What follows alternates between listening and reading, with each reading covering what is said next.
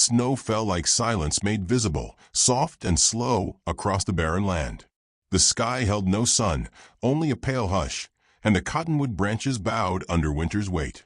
Somewhere east of the last church bell in town, near the wind-wrung edge of a forgotten pasture, a boy riding a shaggy mule spotted something strange.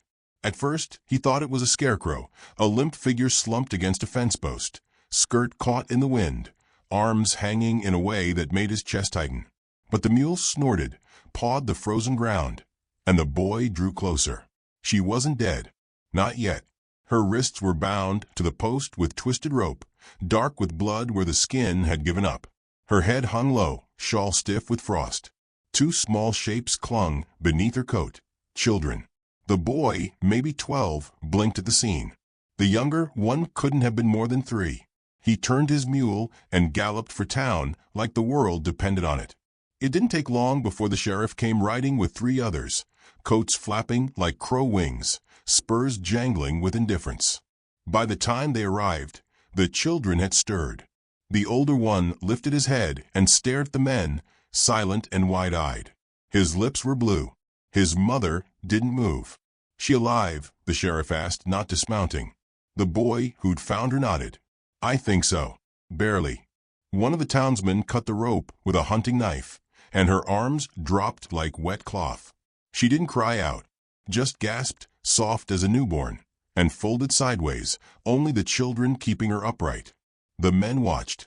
A woman from the general store came up next, clucked her tongue, muttered something about scandal and shame. Another said he thought she might be the widow from Carson's place, the one who stopped coming to church after her husband died. Had a patch of land, but no mule, no kin, and too much pride to beg. "She ain't from town," the sheriff finally said. "And she didn't ask for help." "But she's got kids," the boy whispered. "Still don't make her ours." No one stepped forward. No blanket. No doctor. No porch light promised. Then, from the edge of the trees, came the crunch of a horse's slow hooves. Not fast. Not loud. Just steady. A figure rode out, tall, cloaked in a long coat the color of creek mud and storm clouds. He dismounted without a word. The townsfolk tensed. Some stepped back. Lakota. Everyone knew of him, though few spoke to him. He lived past the cottonwoods, where the river split. Said to be a former scout, or maybe a ghost from the old wars.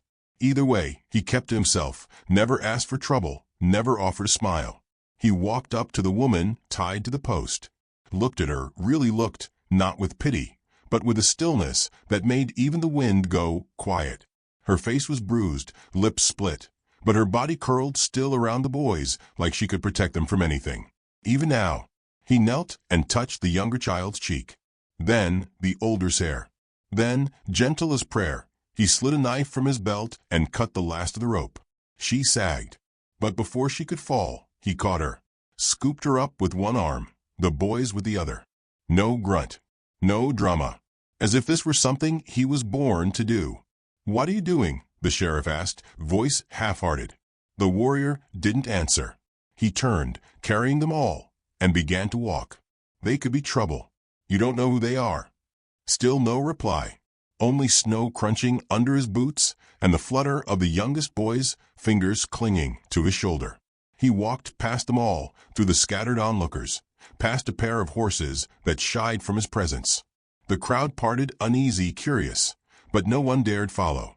The warrior disappeared into the white woods, back the way he'd come, a dark mark swallowed by light. Behind them, the rope still hung from the fence like a question. The sheriff rubbed the back of his neck. "Ain't our concern now." The boy who found her stayed behind, staring long after the others had gone. He didn't understand much about law or land or what made a person worthy of help. But he knew this: a woman had been left to die, and only one man had knelt. That night, the wind howled hard through the pines, and the fire at the livery burned longer than usual. Folks whispered in corners, drank heavier, and wondered what it meant when someone no one knew gave more than those who claimed to care. Out beyond the cottonwoods, in a cabin few had seen, a fire flickered behind oiled glass. Inside, a woman lay wrapped in furs she didn't recognize, her arms around her children who'd been fed and bathed. A man sat near the door, sharpening a knife, not for war, but for safety. He hadn't said a word since he brought them home. He didn't need to. And though she hadn't yet woken fully, the widow dreamed of footsteps in snow and arms that had held her without asking anything in return. Not even her name. The first sound she heard was wood crackling. Not loud, just the pop of sap surrendering to flame. Then came the scent of stew, slow-cooked and simple. Carrot, bone, a hint of sage. Her eyes fluttered open like snow melt slipping free from ice. The cabin walls were made of split pine, warm in color, with smoke-darkened beams and a narrow loft above. A fire glowed in the hearth, and shadows danced gently across the ceiling.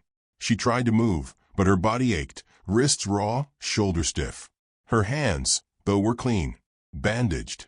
Someone had taken care to wrap them neat and snug. Her boys were beside her.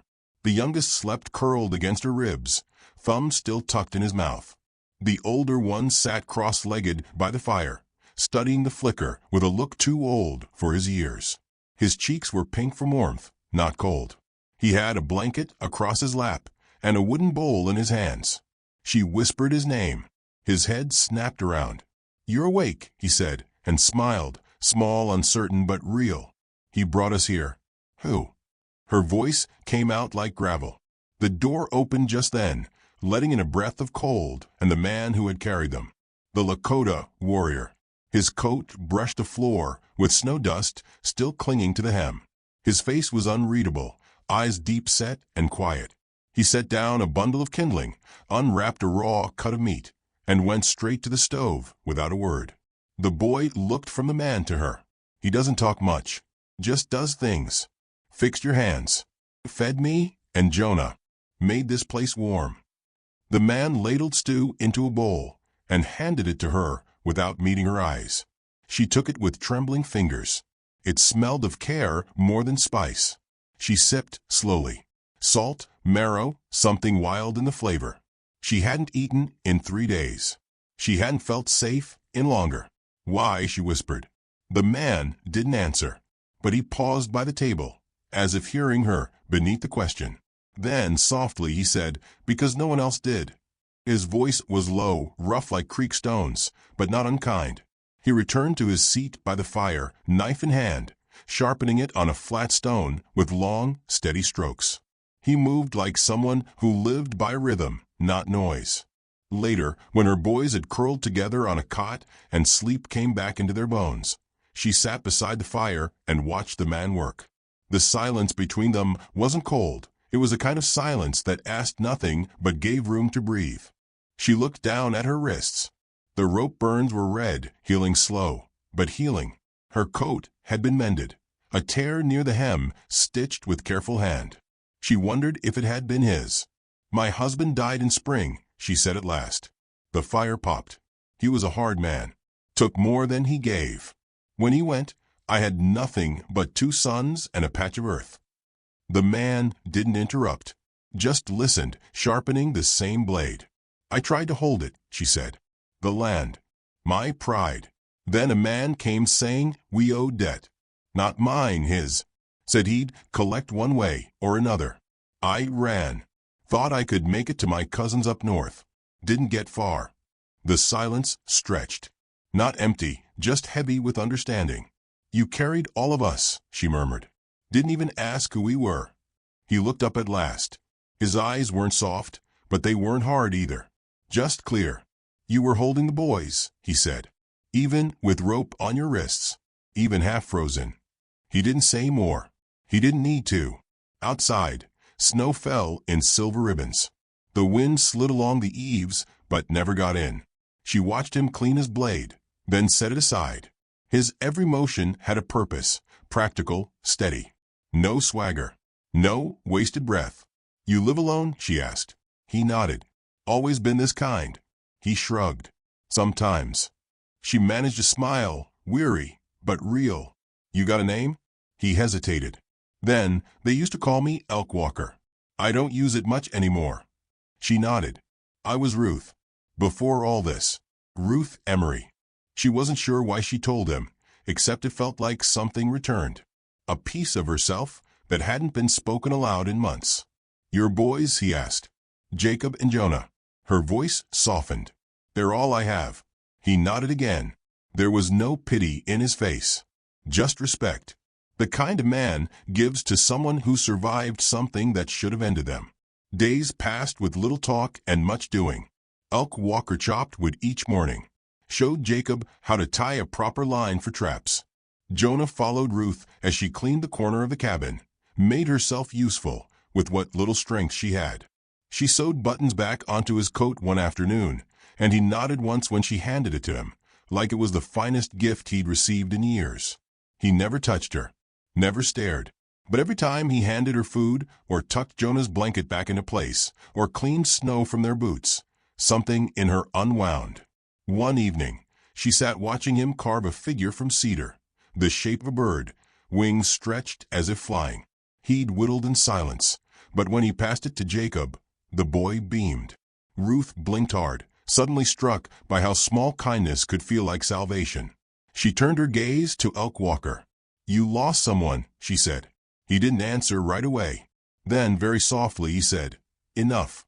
That night, she lay in the cot beside her sons, the cabin dim with firelight, and felt something strange settle over her. Not comfort, not yet, but the absence of fear. It was a beginning, and though he still spoke little, and she still carried bruises inside no one could see, the air between them had changed. Not rushed, not forced, just two people breathing easier in each other's presence.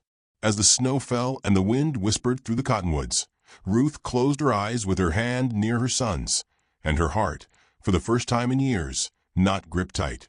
She didn't know what tomorrow would bring, but she knew whose footsteps she'd trust if danger came again. The days lengthened by slivers. Snow still clung to the hollows, but sun touched the trees more boldly now, and the wind had lost some of its teeth. In that hush between winter and spring, life inside the cabin began to unfold not with declarations, but with small, steady shifts. Jacob started following Elk Walker in the mornings. He didn't ask permission, just rose when the man did and pulled on his boots. Elk Walker gave a nod, and that was all it took. Side by side, they checked traps, cut firewood, and walked the woods in quiet. Jacob mimicked his movements, how he listened before stepping, how he touched tree bark like it had something to say. The boy didn't speak much, but his eyes glowed brighter now, like someone had lit a lantern inside him. Jonah stayed closer to Ruth, who had begun sweeping the floor each day, shaking out linens, and humming low songs she barely remembered learning. The ache in her wrists had dulled, the swelling gone. Her hand still shook sometimes, not from cold anymore, but from memory. One morning, Elk Walker returned from the creek with a bundle of wild herbs, his coat damp and smelling of river mist. He set them on the table and, after a long pause, said, "For salve. Good for healing scars." She knew what kind he meant and didn't mean. He crushed the leaves with a wooden pestle while she melted lard over the stove. Together, they mixed a thick paste. His fingers brushed hers once when she handed him the cloth to wrap it in. Neither pulled away. Neither spoke. Later, as she dabbed the salve onto her wrists, she realized her shoulders had dropped. Her body was no longer braced for something bad. She was beginning to believe the danger had passed, not just the kind with fists and threats, but the quieter kind, the one that taught you not to trust a kind face or a soft moment. That night, Jacob sat beside Elk Walker near the fire, holding the carved bird he'd been gifted days before. The boy turned it over in his hands, then asked if he could make one too. Elk Walker gave him a branch of cedar and a small blade with a worn handle. No instruction, just trust. Jacob grinned like he'd been given gold. Ruth watched them from the stove, a wooden spoon in her hand and warmth on her cheeks that had nothing to do with the fire. She stirred stew in slow circles and remembered how long it had been since anyone looked at her sons like they mattered, like they were more than burdens. Here, in this quiet place beyond the cottonwoods, her boys were learning more than how to survive. They were learning how to be still, how to be brave without shouting, how to build with their hands. She added salt, tasted the broth, and turned just in time to see Elk Walker watching her. Not staring, just seeing. It unnerved her, how calm his gaze was. Not hungry, not cautious. just present. She met his eyes. When do you think spring will come? He shrugged. It's already begun. The land just doesn't know it yet. She smiled, and he returned it, barely just a flicker. But it held. The days folded into one another. Patterns formed. Jacob helped with the traps. Jonah fed the hens that scratched beneath the porch. Ruth mended socks and cooked meals and washed their clothes in creek water, so cold it numbed her fingers. But she sang while she worked. Elk Walker never hovered.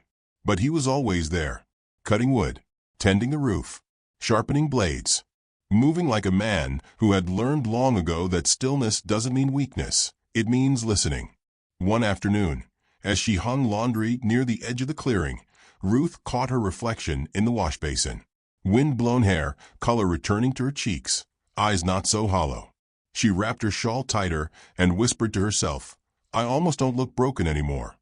That evening, she brought in the dry linens, folded them by the hearth, and laid one across his cot. A small gesture, but his eyes softened when he saw it. He didn't say, thank you. He didn't have to. Later, he handed her something wrapped in a square of deerskin. She unfolded it carefully. A hair wrap, red beads strung along soft cord, faded with age, but still bright like autumn berries. It belonged to my sister, he said quietly. She wore it when she felt strong. Ruth stared at it, unsure how to hold something so personal. Her throat tightened. Why give it to me?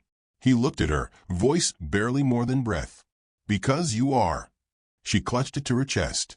The silence between them stretched full with things neither dared speak. It wasn't romance. Not yet. It was something quieter, a beginning. The kind that doesn't burn, but roots deep.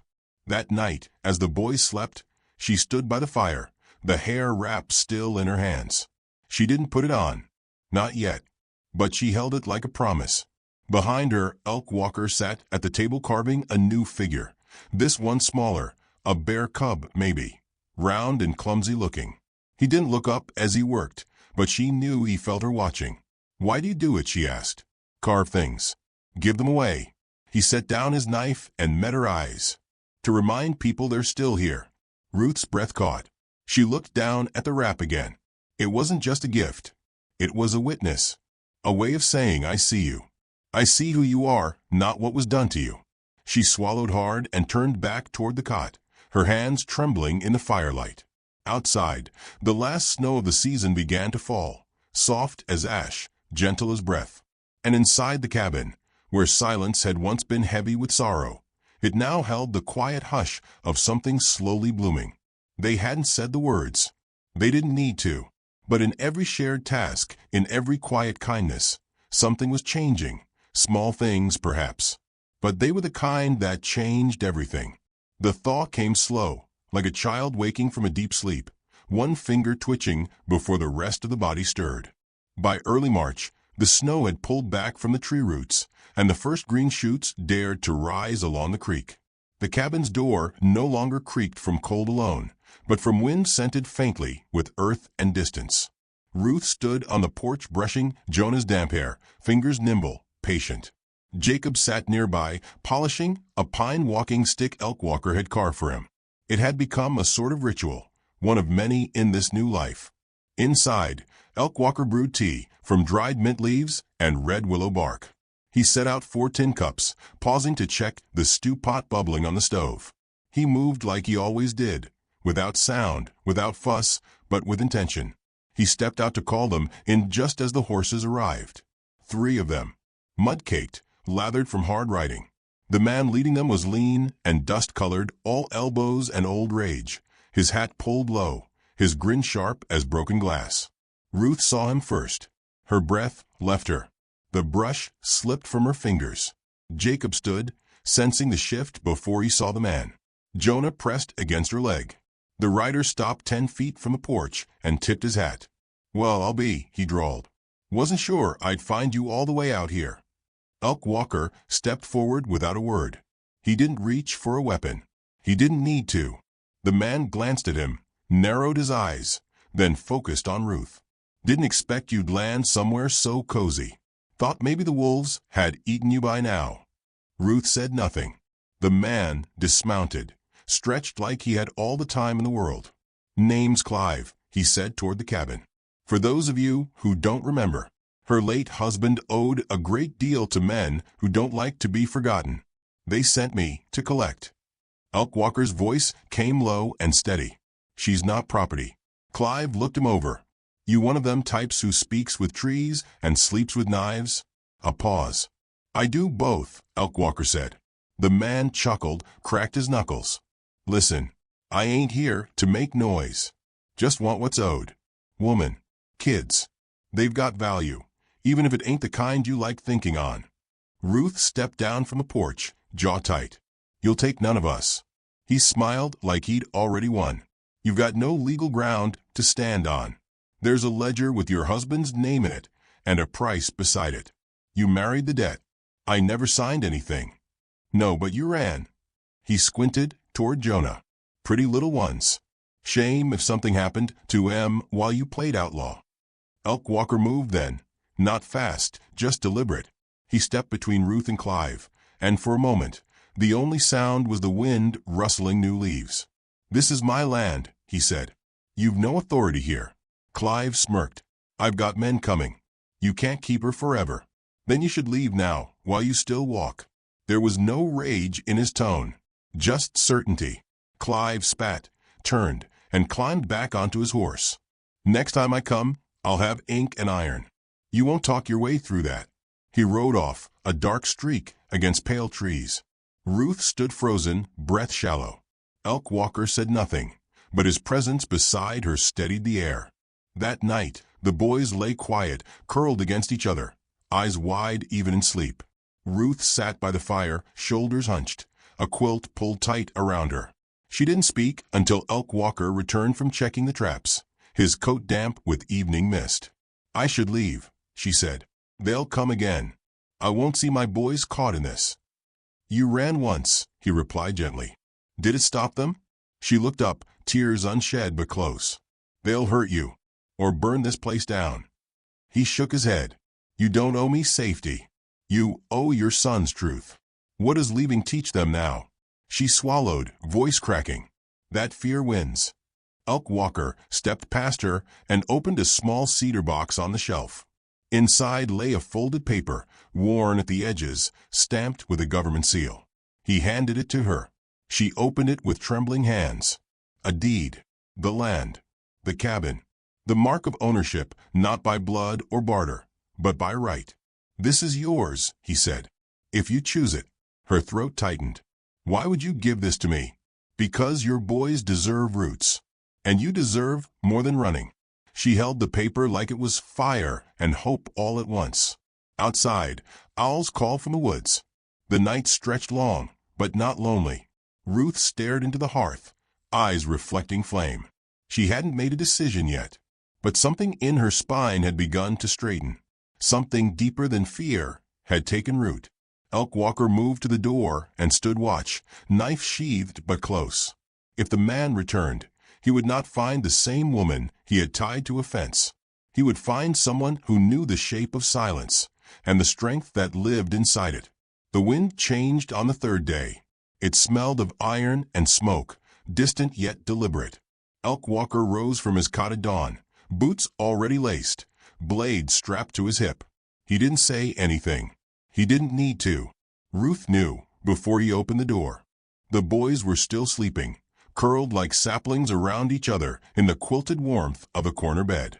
She touched their foreheads lightly, as if it might protect them, and reached for the rifle Elkwalker had kept polished, but untouched above the hearth.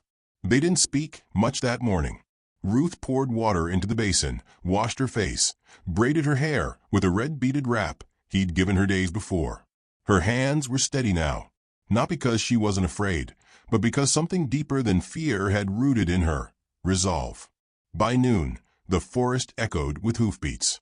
Not loud, but enough. 3 men rode out of the woods. Then 5. Clive among them, grinning like rot beneath a fine coat. He had a paper in one hand, waving it like it meant something out here. "By law," he shouted from the clearing, "this woman and her children are to be turned over for collection of debt, with force if necessary. Elk Walker stepped from the porch, coat brushing his boots, rifle across his back. He said nothing, only moved forward until he stood alone between the cabin and the riders. Ruth watched from the doorway, heart steady and hard as granite. Clive leaned from his saddle. I tried asking nice. Now I collect.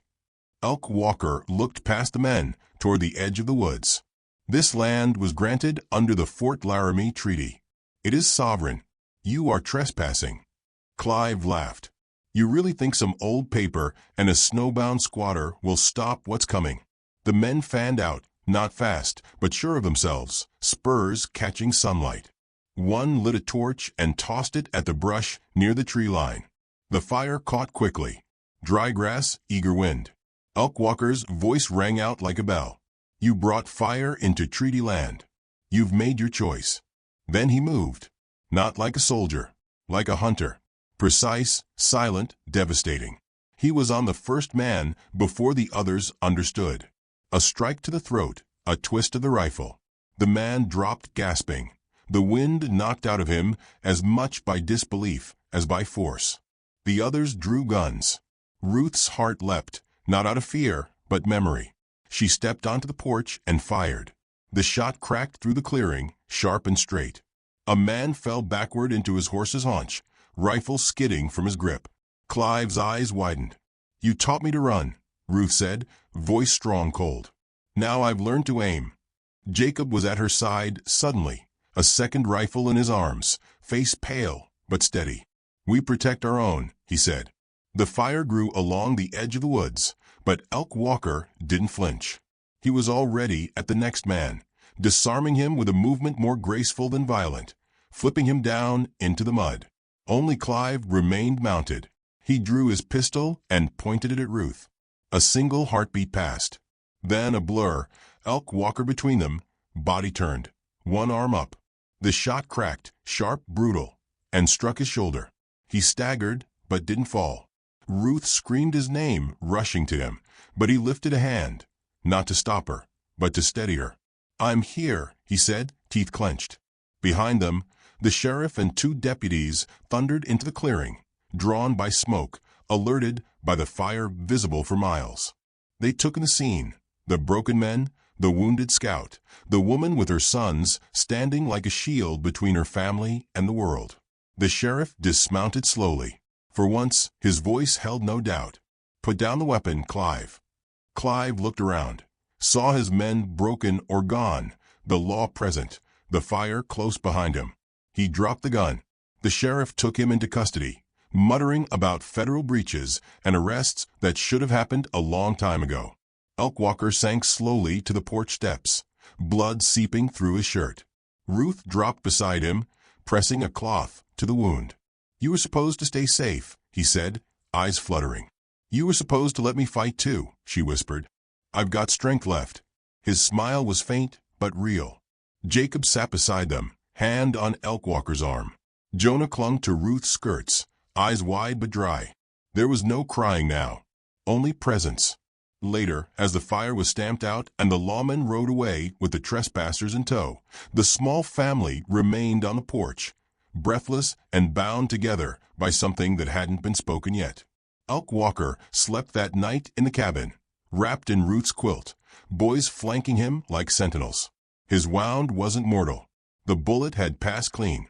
Ruth sat beside him long after the fire died down, her hand resting gently over his. She thought of everything that had brought them here. Snow, rope, silence, bruises, kindness, fear. And then this. In the morning, the sky cracked open with light. The trees dripped with melting frost. Spring had come, unmistakable now. Ruth braided her hair again with the red beads, not because she needed strength, but because she had chosen it.